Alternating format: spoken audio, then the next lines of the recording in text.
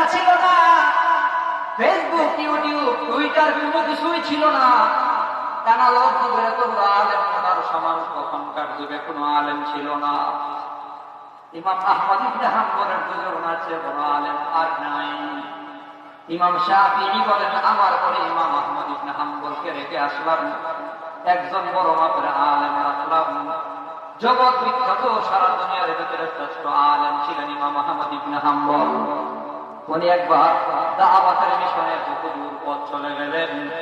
ওখানে গিয়া মানুষকে দাওয়াত দিয়া রাতের বেলা ফিরবে, কিন্তু ফেরার পথ অন্ধকার।